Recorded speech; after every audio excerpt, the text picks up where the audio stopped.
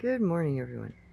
So, I figure I'm going to share my very first experience trading with a cryptid.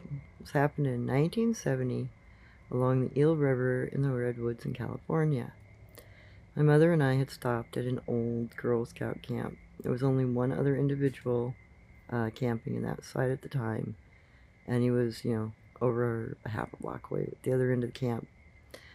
And we camped on the western side in the shoal area. And as my mother was, pulling things out of the Dodge and lifting up the canvas sides to get stuff out, I took off up the river because Mom didn't want me around bugging her. And I found this dilapidated basket up underneath a bush on the hillside. When I went up to investigate the basket, I realized there was a half-starved Oma woman under the bush, and she kind of, looked very frightened of me. Reeled back and kind of pulled her hands up like, oh God. And I'm like, oh, no, it's okay. I have a friend like you. Her name's Jen Jen. What's your name? And all she said was, May May. And I thought that was her name. I didn't realize she was asking me to buy sell. So I run back to camp and I let my mother know there was a, half starved to death Oma woman and her name is May May. My mom says, oh, is that true? Her name's May May. I didn't get it. My mom had to explain to me, no, she's trying to trade with you for something. What's going on? Show me. So I walked my mom up maybe 30, 40 feet to where she was and showed her where she was. And Mom took a look at her and they talked for a moment and an agreement was made that we would supply her one meal plate with each meal that we had. So 3 meals a day for the time that we stayed there. And we spent maybe 6 days there feeding her. So the routine was quite simple. We put up a bear line because the ranger would come through, and he'd warned us there was a bear in the area. So Mom and I played along, and we strung some soup cans on a long cord, and we tied them, and oh yeah, we got a bear line. If the bear comes by, we'll be sure to let you know.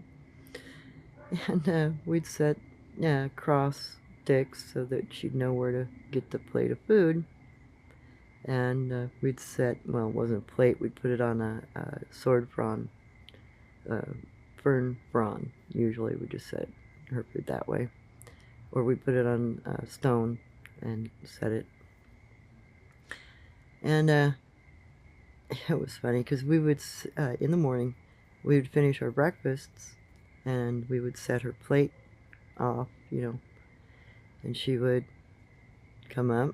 We would turn away and pretend not to see her or notice her. She'd have her breakfast.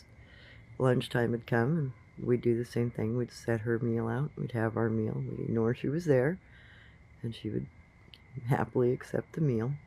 Usually she would just, recede back into the bushes maybe a couple of feet. Sometimes she wouldn't even do that. When she got familiar with us, she just sat there and ate. And then she was maybe 15, 20 feet away, 10 feet to the side of our truck so we could hear her at night. And she got into the habit of ringing the little strand of bear rattles to let us know she was coming up. She was very polite about things. And at night, when we would have our final meal in the evening, she'd have her meal. She'd watch the fire with us from the shadows. And my mom and I would burn up the coals a little bit, and then we'd watch from the back of the truck to make sure there wasn't any issues. Because it was a sandbar, probably no issues, but we wanted to be safe because it had been really dry that year, and we didn't want to take any chances. So we'd watch from the back of the truck, and she got into the routine of sitting by the fire and warming her feet and her hands. About the second night she did that, I started sneaking her an extra sandwich so she could sit there and eat as a goodnight. Well, we did that all during that time. The other guy never clued in to the fact she was there. And the ranger, when he'd come by, he'd make a comment about our bear strand, our rattle, but we never let him know she was anywhere around. And by the end of it, I went back to try to say goodbye to her. The basket was gone, but in the place where the basket had been was a rock that had been ocean rock. It had holes in it. And when I picked it up, I realized that it had something petrified in it because it rattled. I turned it over to find that there were the remains of tube worms, petrified in the shape of a skull, 2 eyes, nose, and mouth, in tube worms. So she had given me a very special gift. I keep it to this day, and I consider that she gave that to me because she feared that she may not live, and I suspect she may have been a medicine person. So I keep that as my death rattle for my medicine.